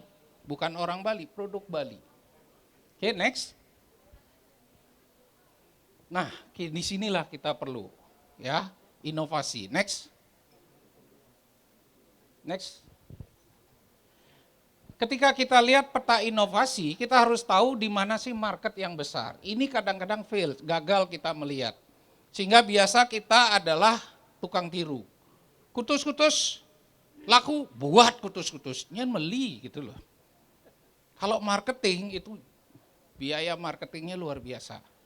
Anda ingin karena di situ ada, saya buat juga. Next. Yang perlu dipikirkan ini. Bahan baku, teknologi, regulasi, klinik, dan ekonomi. Baru muncul inovasi. Saya sering protes ke teman-teman saya, profesor. Profesor di Indonesia banyak berpikir hanya memikirkan dirinya sendiri. Jarang berpikir ke masyarakat. Apa sih yang masyarakat butuhkan? Jarang. Jadi gara-gara COVID, mata saya terbuka. Saya datang ke kampung ngelihat produksi arak, sedih ngelihatnya, masih pakai bambu. Sedangkan teknologinya mereka udah jauh ke depan. Tahu pasar arak? Saya dibilang profesor arak, no problem buat saya. Pasar arak, ya bayar cukai di Indonesia 2019 itu 15 berapa Bu? 15 triliun ya. 80% beredar di Bali. Produk Bali cuma 0,9%. Kijer agene pulas. Itu produk. Saya bilang ke Pak Koster, kejar itu, selesaikan. Sekarang mereka datang ke sini pasti itu budayanya dia. Lalu ketika kita tingkatkan mutunya, Mulai ada yang nawar, nak kini hebat, saya nih produk paling bagus. Destilasinya masih pakai bambu, didaftarin di BPOM, nggak diterima, marah-marah. Anda mau jual ke siapa? Saya nanya, Anda jual ke orang asing apa Anda jual ke penduduk Anda sendiri? Kalau Anda jual ke market, Anda harus ikuti standarnya, mutunya. Sekarang jamu, kita ingin bawa jamu. Siapa mau orang asing minum jamu kayak kita? Gak ada kan? Saya dengan IKM, ya kerjasama kita punya 6 produk paten. Jamu instan, saset, tinggal sobek. Mau ditambahin bir, monggo, mau ditambahin apa, nggak ada gula. Ekstrak pure. Dia nggak sibuk. Izin Bisa. Prof, mengingat waktu. Ya. Next. Nah, next ini riset. Next, terus paling akhir kita ingat. Nah, paling penting ini kita kembangkan Pemprov. Next sampai selesai gambarnya semua. Kita buat P4TO, tujuannya adalah untuk mengangkat mutu. Karena biaya produksi buat investasinya mahal. Saya minta Semeton yang punya paten, ayo titip di sana, patenkan dulu. Jual, kemudian pemerintah akan memberi subsidi biaya produksi, Anda yang jual kembali dengan izin edar BPOM. Perlu ngeluarin, perlu ngikutin syarat-syarat, enggak, biarin Pemprov yang ngurusin. Pakai produknya, Anda jualan. Ya, next ini yang paling terakhir. Terus. Nah, ini yang kami risetkan di Udayana. Ketika kita bilang sambiloto, gampang. Zat aktifnya andrografolid. Tapi saya cari sumber-sumber sambiloto di 9 kabupaten kota. Setiap kabupaten kota saya ambil 10 sampel. Apa yang terjadi? Satu sampel yang tumbuh di daerah tertentu sama sekali nggak mengandung andrografolid. Dan genetisnya beda. Dilihat itu genetisnya beda. Ini yang kita perlu bawa ke internasional. Sehingga kita jual zat aktifnya terstandar dan punya efek seperti obat konvensional. Next. Nah, ini dari ubi ungu, Ipomea batata var Bali. Kita temukan di Kelungkung. Ya, kalau di Jepang namanya kempo. Umbinya yang ungu. Kalau di Bali daunnya yang ungu, umbinya enggak. Jadi kandungannya hampir mirip. Kita sedang kerjasamakan dengan Indo Farma untuk menjadi obat unggulan. Next. Nah, ini ruwet memang karena levelnya beda. Next. Jadi yang terpenting ke depan, bagaimana kita bisa menandai setiap chemical sehingga teman-teman dokter nggak nyangka lagi. Ini efeknya begini, karena mekanisme kerja reseptornya ini. Ini hormon ini yang diciptakan, hormon ini yang meningkat. Nggak lagi kita berpikir, mana standar U, ini standarnya, ini kontrolnya. Nah, itu yang kita ingin kembangkan untuk Indonesia dari Bali. Ya, kita yang mulai di Bali ini. Yang namanya Q marker.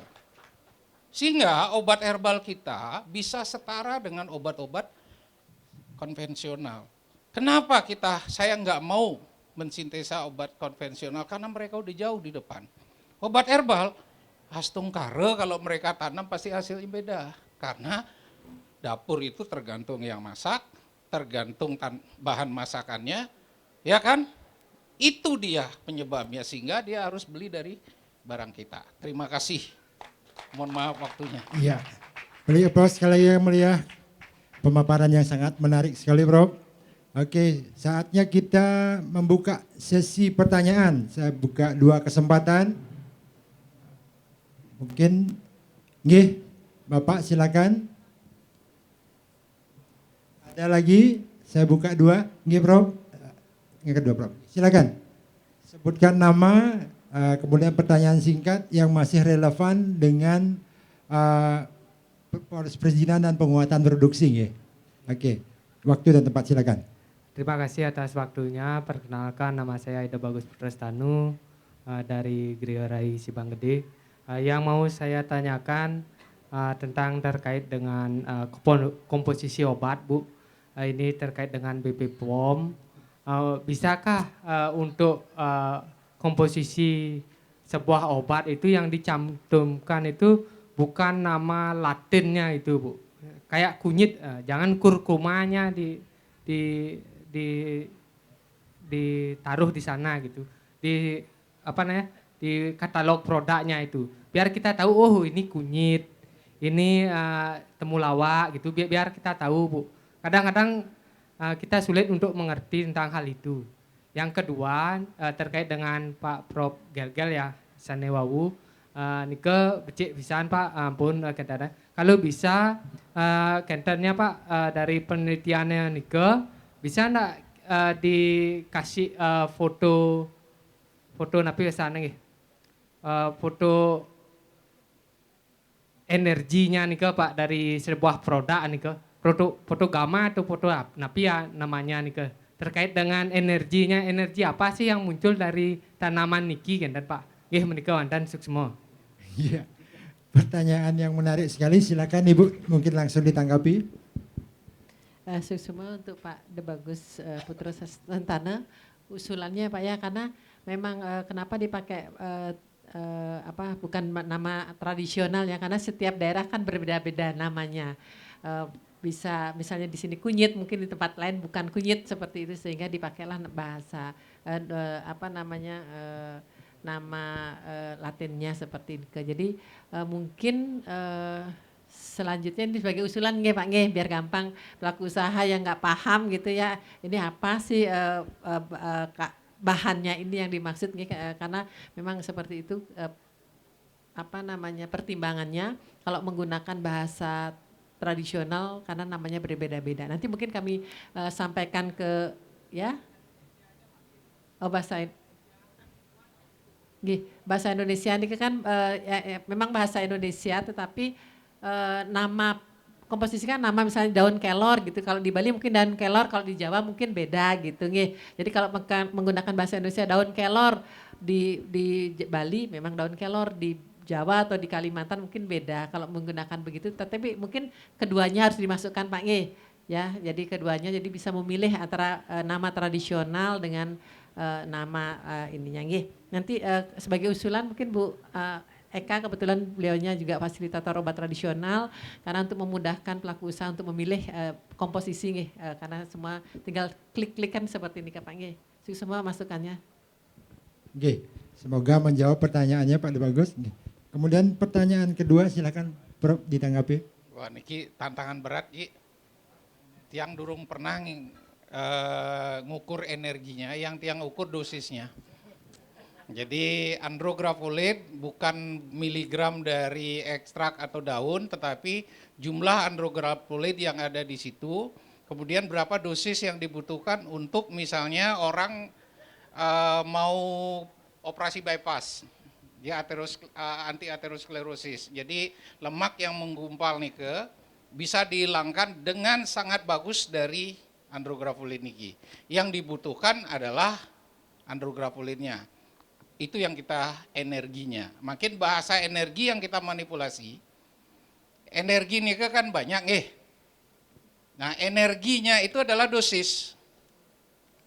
Dalam obat nih kan energinya dosis. Dosis atau energinya wajib dituliskan. Kalau nggak dituliskan, izin nggak keluar. Karena itu terkait dengan indikasi yang diklaim. Nah, mungkin nama Latin. Justru dengan nama Latin, ane mau belanja seluruh dunia. Nyak yo saya ngerti bahasa Bali, yang ngerti kurkuma. Nyak yo bahasa apa ngawang yo kurkuma. Kenten, tapi aman nganggo kunyit, paling raga nih ngejengit kan. Obatnya saya nganggo ya kenten. Itu market. Jadi kurkuma domestika, kunyit kenten. Nah seperti ini tujuannya adalah menyamakan seluruh dunia akan tahu dia. Energinya tadi untuk obat dosis. Suksema. Iya, luar biasa penjelasannya. Beri aplaus sekali lagi. Kemudian kesempatan pertanyaan kedua. Silakan Profesor.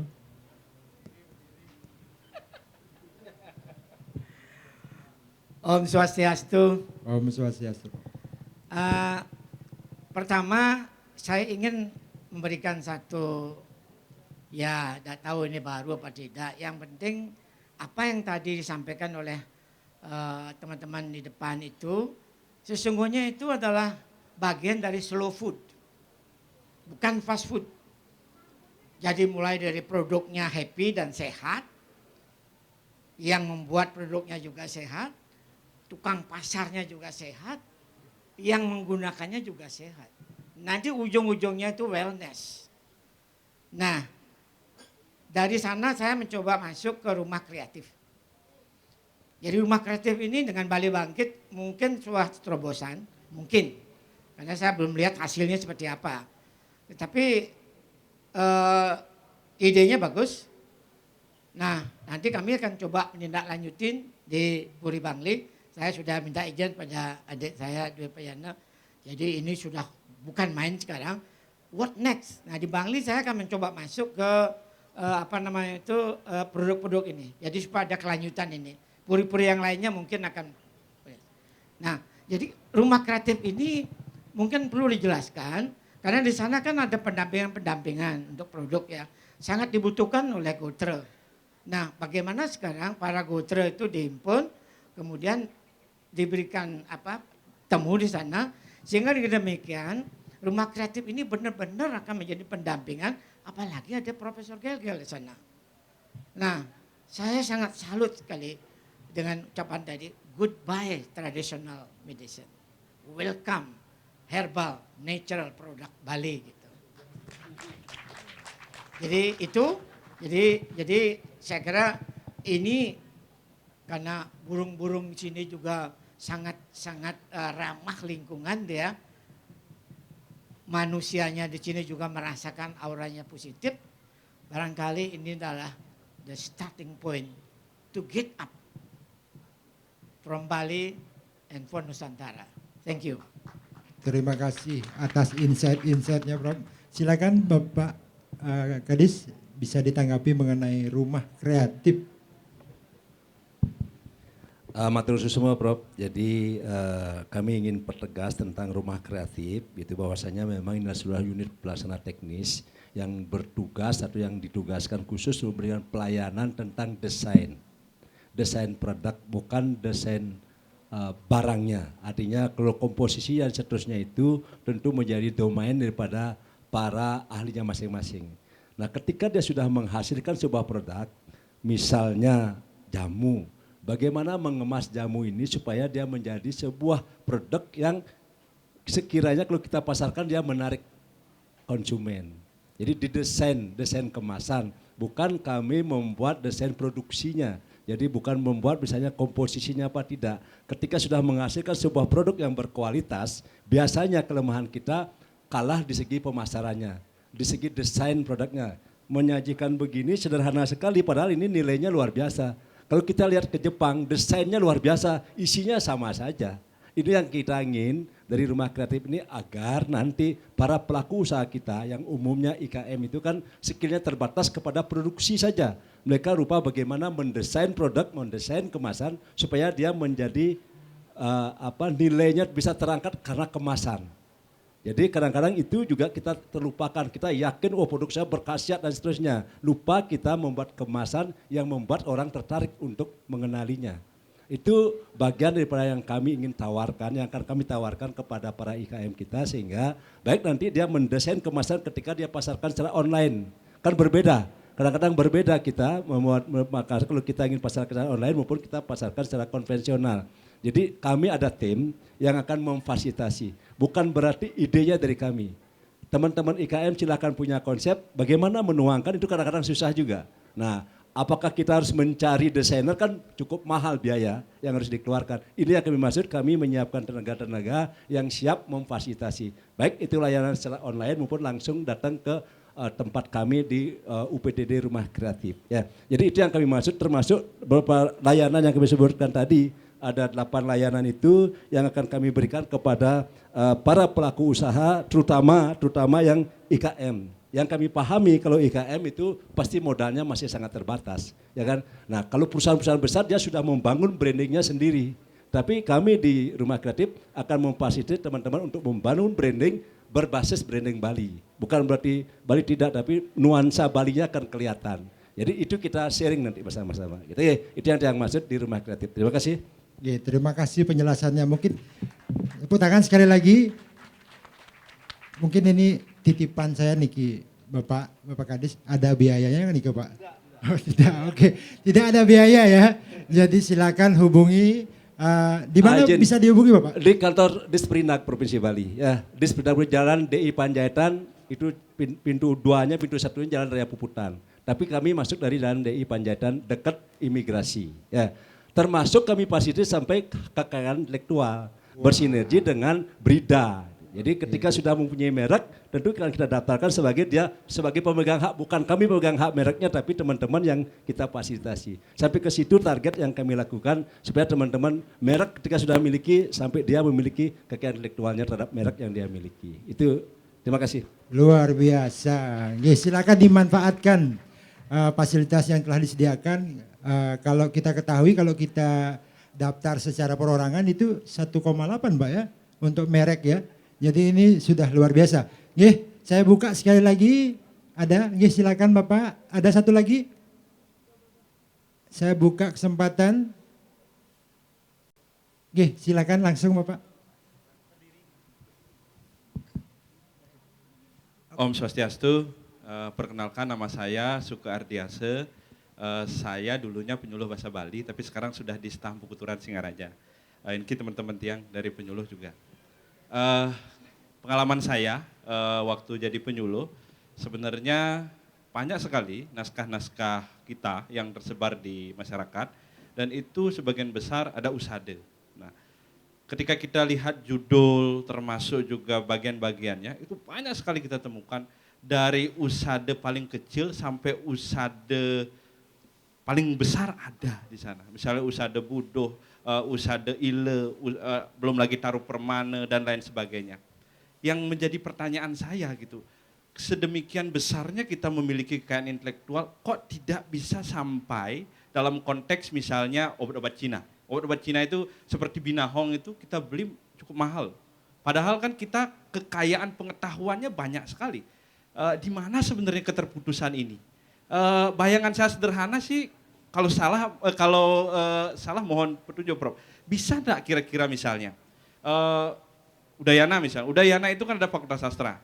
Si pembaca naskahnya dari Fakultas Sastra. Setelah itu bekerja sama dengan farmasi termasuk kedokteran.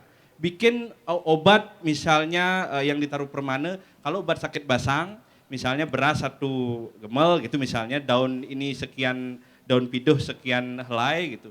Jadi kan jumlah 1 genggam saya dengan orang lain itu kan berbeda-beda.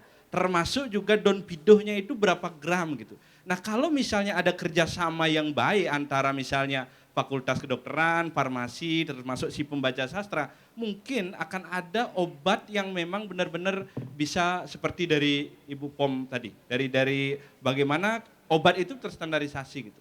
Nah itu yang mungkin ya bagi saya, kalau kami di pembaca sastra mungkin hanya mentok kepada ketika kami baca ya sudah, paling mesimuh di rumah kan gitu. Tetapi kalau ke lebih tinggi memang harus komparasi dengan studi-studi yang lain gitu. Jadi itu yang saya mohon petunjuk ini, kira-kira gimana ke depan agar naskah-naskah yang banyak kekayaan kita ini tidak tenget dan akhirnya manget dan akhirnya rusak gitu, hilang. Terima kasih Prof, terima kasih semua.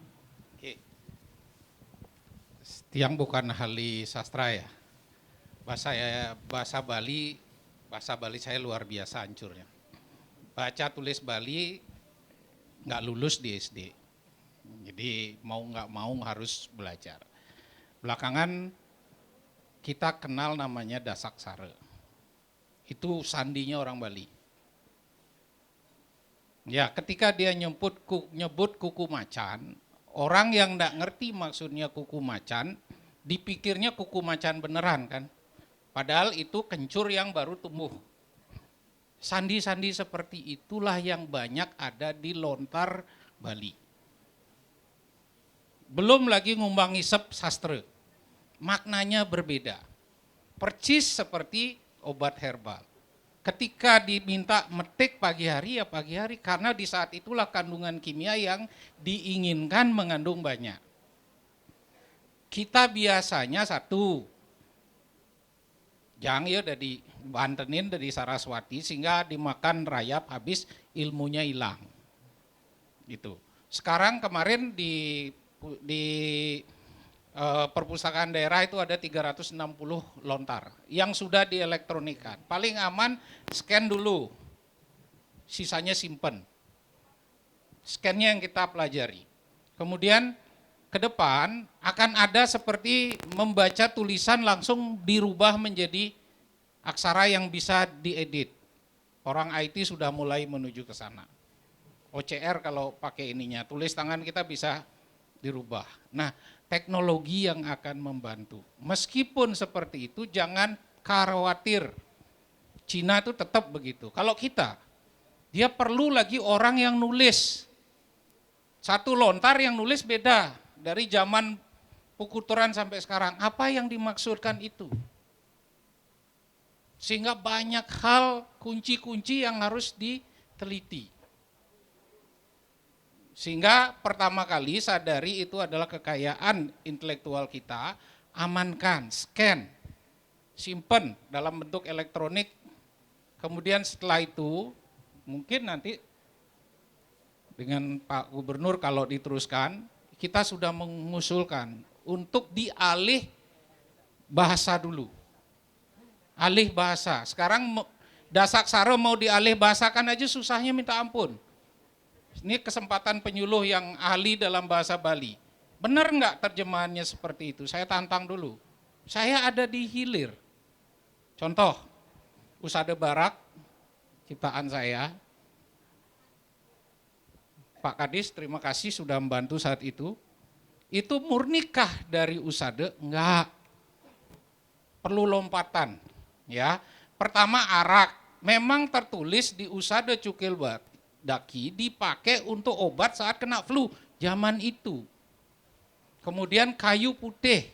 Apakah dia Eucalyptus globulus? Kita nggak tahu. Cuman disebut kayu putih. Dipakai. Kemudian Don Lemo dipakai. Lalu saya terjemahkan. Gimana cara menerjemahkan? Secing. Apa sih manfaat dia? Ya, Eucalyptus globulus, bronchodilator, antiinflamasi, melencerkan dahak. COVID diperlukan saat itu. Karena dia membunuh ketika orang terinfeksi, bengkak di alveolusnya, kemudian dahaknya banyak di alveolus, nggak bisa keluar, otomatis saturasi oksigennya rendah, ya amor yang ngecintil. Dengan Usada Barak, terus gimana? Kita bakar itu dengan api, mati nanti kebakaran kan. Saya buatkan teknologi nanospray, orang bilang nebulizer. Teman-teman dokter saya semua protes, bahkan saya disidangkan. Kenapa? Karena jamu. Jamu itu apa definisinya? Secara empiris digunakan turun-temurun. Lontar Cukil Daki kapan sih diciptakan? Saya nggak tahu, mungkin 300 tahun. Sehingga diizinkan sama BPOM sebagai jamu dan obat luar, aromaterapi. Inilah perlu strategi kita untuk melihat peluang. Pakai baru kita risetkan nanti. Apa kita meriset? Enggak, zaman sekarang tanya si Bing, semua udah dijawab. Chat GPT, tanya itu dijawab semuanya. Tinggal kecerdasan kita untuk mengolah, inovasi. Jadi jangan berhenti.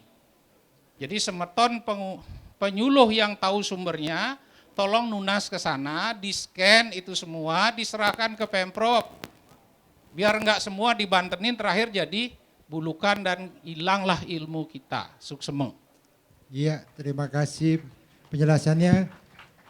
Karena keterbatasan waktu sebenarnya ini diskusi semakin menarik sekali. Karena keterbatasan waktu kita terpaksa mengakhiri.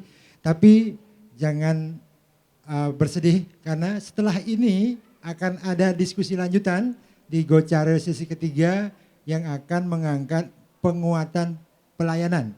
Jadi nanti dari aspek pelayanannya, penggunaan obat tradisional itu.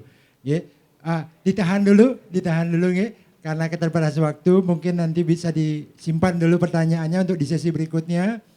Ya, melalui diskusi dan paparan dari para narasumber yang luar biasa ini, diharapkan kita semua memperoleh pemahaman yang lebih baik tentang pentingnya perizinan, kemudian keamanan dan pengobatan produk dalam konteks pengobatan tradisional, khususnya USADA Bali.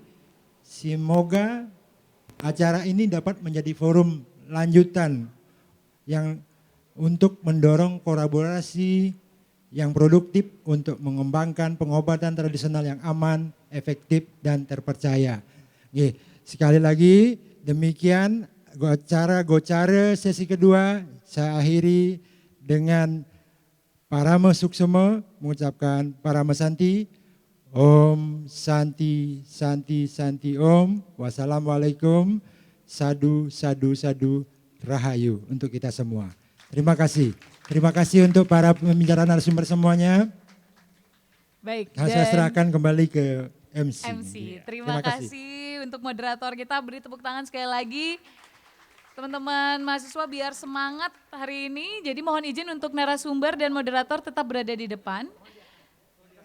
Di atas karena selanjutnya adalah penyerahan plakat dan juga sertifikat yang akan diserahkan oleh Ketua Yayasan Puri Kauhan Ubud, Bapak Anagung Gede Ngurah Ari Dwi Payana.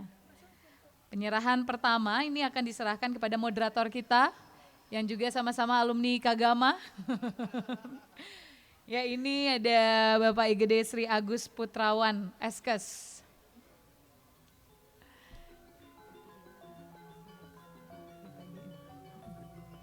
Dan selanjutnya diserahkan kepada perwakilan dari Balai POM Denpasar.